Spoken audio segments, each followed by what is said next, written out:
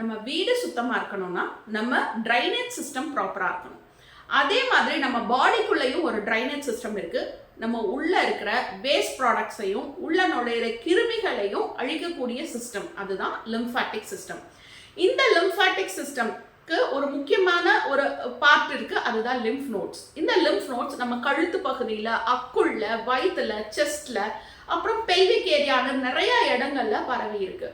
இந்த லிம்ஃப் கிளாண்டையோ இதுக்கு சப்ளை பண்ற சேனல், நம்மளோட ரத்த குழாய்கள் மாதிரி இந்த லிம்ஃபையும் சப்ளை டிரான்ஸ்ஃபர் பண்ற ஒரு சேனல் இருக்கு, அதான் லிம்ஃபாட்டிக் சேனல்ஸ். அதையும் ஆக்டிவேட் பண்றது இந்த லிம்ஃபாட்டிக் சர்க்குலேஷனை கரெக்டாக வச்சுக்க ஹெல்ப் பண்ணும்.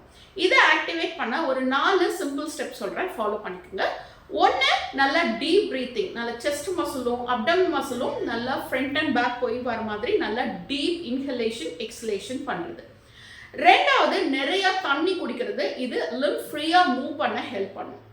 மூணாவது, எக்ஸசைஸ் பண்ணுறது. நம்ம நல்லா ஃபாஸ்ட் வாக்கிங், ஜம்பிங் இல்லை ரன்னிங், இது எல்லாமே லிம்ஃபாட்டிக் சர்க்குலேஷனை இன்னும் ஃபாஸ்ட்டாக மூவ் பண்ணும். நாலாவது விஷயம், மசாஜஸ். நம்ம கழுத்து பகுதியில் இந்த மாதிரி சர்க்குலர் மோஷனில் மசாஜ் பண்ணுறது, அக்குள்ள மசாஜ் பண்ணுறது, அப்டமனை மசாஜ் பண்ணுறது, எண்ணெய் தேய்ச்சி குடி, கை கால்கள் எண்ணெய் தேய்ச்சி நல்லா மேல் நோக்கி இப்படி நல்லா இழுத்து விடுறது, இது எல்லாமே லிம்ஃபாட்டிக் சர்க்குலேஷனை கரெக்ட் பண்ணும். இந்த லிம்ஃபாட்டிக் சர்க்குலேஷன் ப்ராப்பராக இருந்தால் நம்ம டிசீஸ் ஃப்ரீ லைஃப் அப்படிங்கிறதை யாரும் தடுக்க முடியாது.